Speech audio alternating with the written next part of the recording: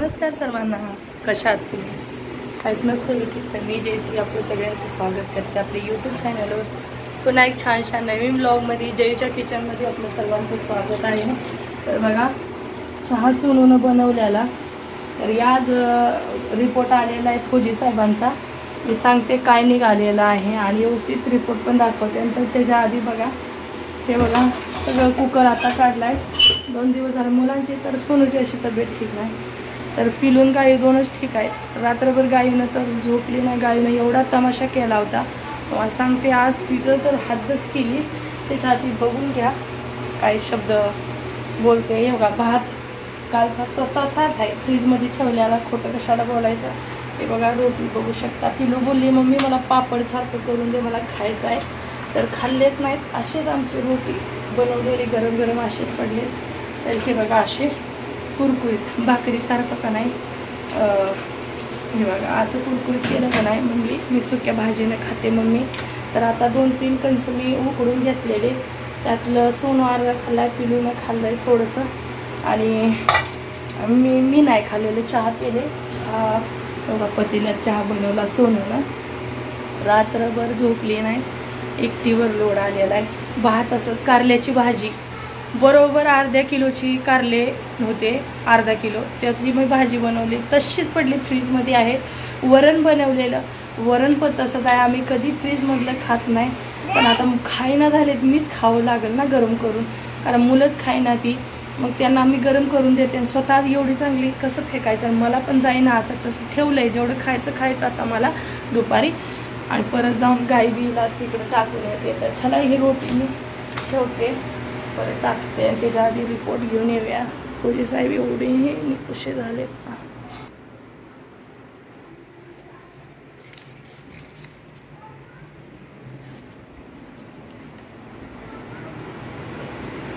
Stand घेते, झोपले, report घेतले, डोळे उघडणार.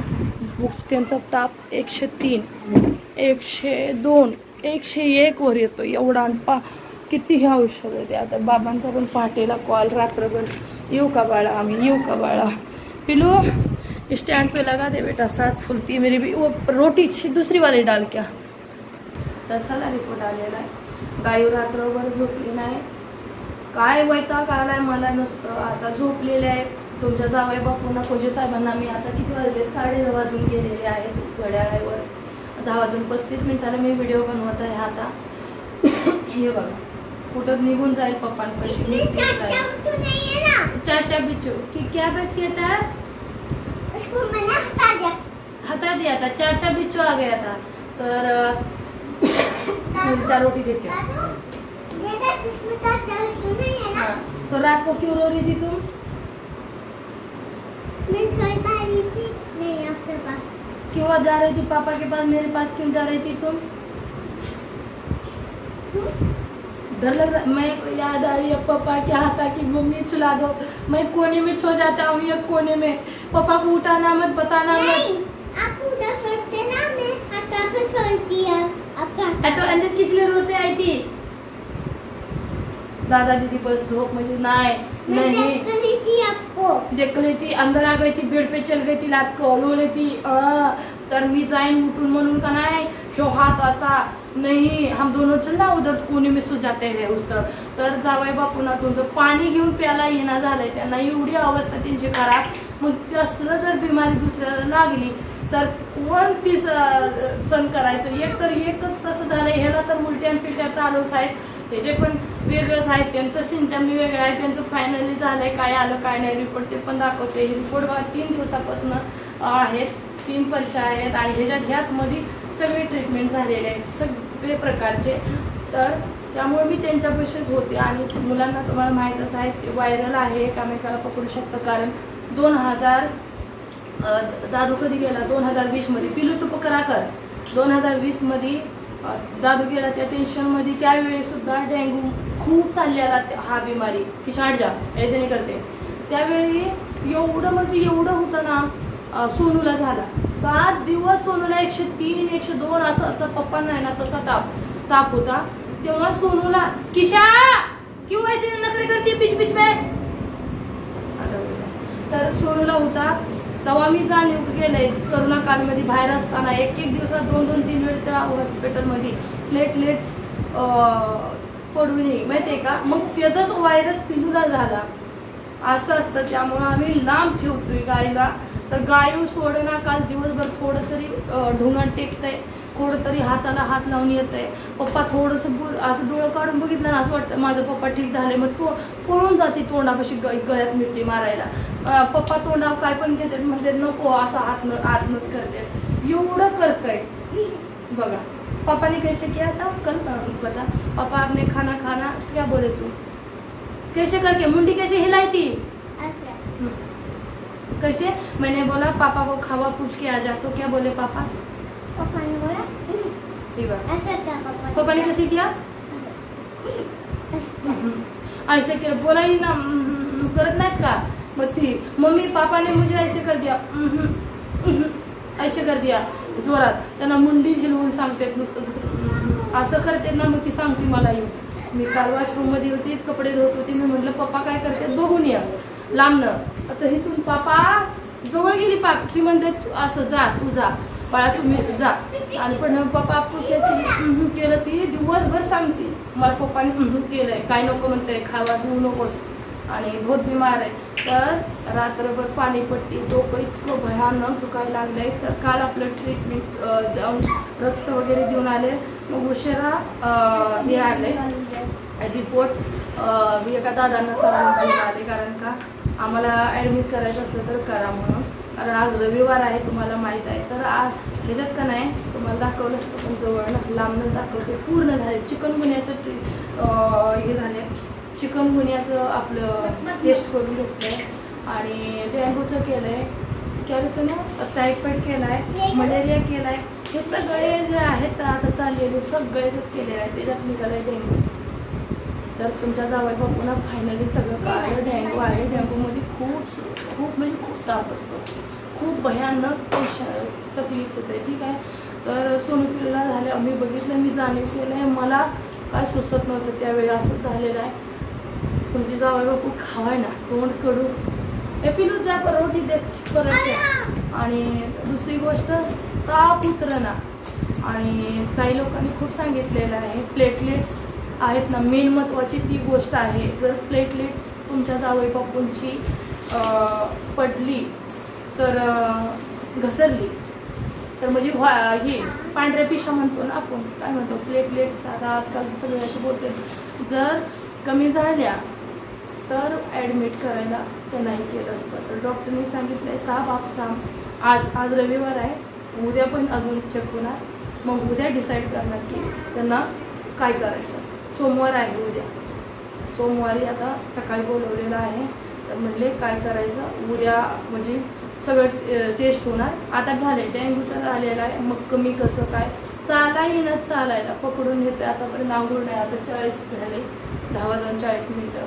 त्यांना चाला येईना त्यांना बोलता येईना त्यांचे डोळे उघडे ना त्यांचा ताप कमी होईना त्यांचं डोकं इतकं भनांत आहे किती नवरत्न टाकू मग ते ॲडमिट पण करून घेणार. कारण का प्लेटलेट्स ठीक आहेत त्यांचे प्लेटलेट्स पडले नाहीत. त्यांचे पण जेव्हा झालं ना माझ्या मुलांचे पण मी पडून दिलं नाही घसरून दिलं नाही. कारण का त्याला खायला असं. पण आज तुमचे जावई बापू तुमच्या जावई बापूने मी वरण केलं असं तुम्ही बघितलं सगळं जेवण तसं. प्लेटलेट कम हो गई थी तो हार्ट स्कूल में बच्ची मर गई. हाँ प्लेटलेट्स सगळं तीच मेन आहे ना. राजेश्रीचे पण प्लेटलेट्स शेवटला लई पडले. त्यामुळे राजेश्रीच्या मिस्टरचं पण करोना. त्यामुळे आम्हाला खूप भीती वाटते. माझी पण संपलेली माहिती आहे का. माझी तर कंडिशन शेवटची झालेली. करोना नव्हतं काय नव्हतं 2015ची गोष्ट आहे. तेव्हा तर माझे प्लेटलेट सोनू पिलं जाग्यावर सगळं होत होतं. तुमचे जावई बापू नागालँडमध्ये होते.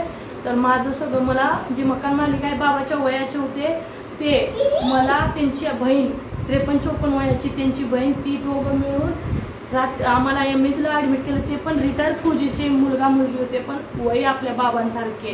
त्यांच्याच मी बंगल्यात भाड्यानं राहत होते पण लई केरिंग बाज होते. आई वडिलासारखे आपल्याला जपायचे. 12 किरायदार होतो पण आमच्यासारखे सगळे रिटायर पोस्टिंग आउट झाले तसे. तर पिलूचं जाग्या होत होतं. ती म्हातारी आम्ही बुवाजी म्हणतो त्यांना, बुवाजी म्हणत होते. पिलूचं सगळं तिने साफसफाई केलं, सोलो शाळा केला, तो उलट्या फिरट्या, त्याला पण ॲडमिट केलं एका फॅमिली वॉर्डमध्ये. खूप कंडिशन, मला व्हीलचेअरवर नेलेलं. माझं रक्त निघत नव्हतं, म्हणजे माझे प्लेटलेट्स खूप कमी राहिलेले. डॉक्टर तर हात मारून घेत होते. लडकी माझा चुलता वारला होता ना, त्यावेळी मी खूप टेन्शन घेतलेलं. आणि कोण नव्हतं माझ्या संगतीला, राजश्री त्यावेळी नव्हती, मी एकटीच होती. हे नागालँडला होते आणि 2 मुलं छोटे छोटे होते, सोनं पिलं. तेव्हा तिघांना एकाच वॉर्डमध्ये, फॅमिली वॉर्डमध्ये, इतकी कंडिशन, व्हीलचेअरवर नेले. तेव्हा सुईनं आपलं माझं रक्त काढत होतं तरी निघत नव्हतं. निघलं की बॉटल म्हणजे असं सुईनं दाबत होते ना, तरीच आतमध्ये एवढं घट्ट झालेलं. कारण प्लेटलेट्स खूप गरजेचं आहे न घसरणं. तर त्यावेळी काही नव्हतं म्हणून मी वाचले. डॉक्टर परत म्हटला ही वाचली तुझी बायको. हे मी एकाच दिवसात, मला माझ्या मिस्टरांचा फोटो कळत नव्हता, फोन नंबर कळत नव्हता. माझं मुलं आहेत, फक्त 2 मुलं. मी माझ्या मुलांसाठी एवढंच मी जोरजोरानं रडत होती, बाकीचं मला काही कळत नव्हतं. ती म्हणत होते साहेबाचं नाव सांगा, साहेब कुठं राहतात, की मला हॉस्पिटलमध्ये काही कळत नव्हतं. तर अशा ह्याच्यातून पण खूप एकटीनं बाहेर मी खूप स्ट्रॉंग तेव्हापासून झालेली आहे. पण आता 2 वर्षात मला मुलांसारखं, बारक्या बाळांसारखं जपले. आता पण खूप 2 वर्षात मी कशी कंडिशन काढली आहे तुम्हाला पण माहीत आहे. तर चला आता फुजे साहेबांना आंघोळ घालते, 11 वाजले. तर मी सकाळी काय दिलं तुम्हाला सांगते आणि प्लीज मला मदत करा. तुम्ही ना आता हे आले तर मला मदत करा. रिपोर्ट आले तर मला माहीत आहे, आळणी भात याचं मावशीने पण काल सांगितलं, मला पण पहिलं माहीत आहे. तुम्ही पण मला माहीत द्या की मी सकाळी उठले ना तर त्यांना मी बाबा हे चली गई ते सकाळी उठले त्यांना मी काय दिलं, नारळ ते ब्रश करून या त्यांना कसं ते आम्ही आणलं करून धुवून, तेव्हा त्यांना नारळाचं पाणी दिलं. नारळाचं पाणी देऊन अर्ध्या तासात त्यांना बसायला काय नाही, थरथर कापायला लागले. तर मी तिथं जो चेअरवर झोपवलं, म्हणजे आरामदायक चेअरवर. मग त्यांना अर्ध्या तासानं थोडीशी किवी अर्धी दिली. ती खाईना, ती पण जबरदस्तीने किवी चालली. त्याच्यानंतर आता पपिता देते आणि औषधं द्यायची आहेत त्यांना. तर आता काय खाल्ल्याशिवाय देणार नाही, कशी देऊ. रात्री पण काही खाल्लेलं नाही, त्याला चवजीना मका बिका सगळं भाजून दिलं, खावा थोडंसं, नाही खायला. मग आता थोडंसं ती पपिता सोलून ठेवलं आहे. आंघोळ घालते आणि त्यांना पपिता देते, वरण भात देते. अजून काय द्यावं हे कमेंटमध्ये सांगा आणि प्रे करा लवकरात लवकर आपले पोलीस साहेब ठीक व्हावे, एवढीच माझी विनंती आहे.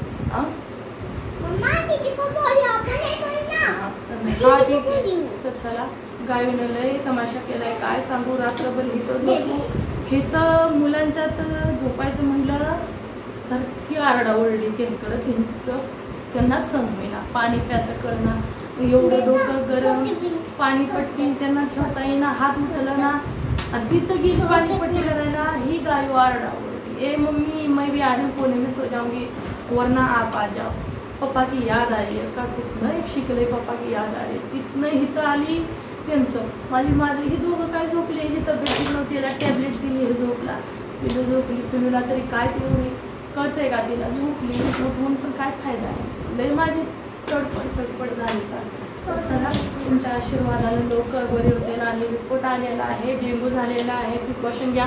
आणि एकतर मच्छरमुळं होतील म्हणून तुम्हाला वाटतं, माझ्या घरात तुम्हाला माहीत आहे साफसफाई किती असते. आणि दुसरी गोष्ट, एक मी मच्छर आहे ना डांबराचा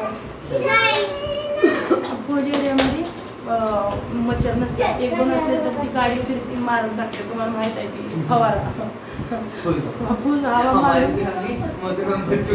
हां, आणि ती असतं.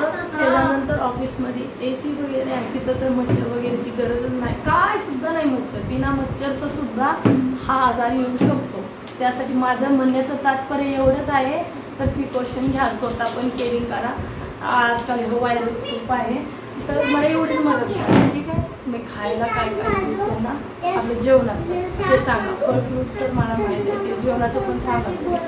चला भेटते पुढच्या व्हिडिओमध्ये. धन्यवाद.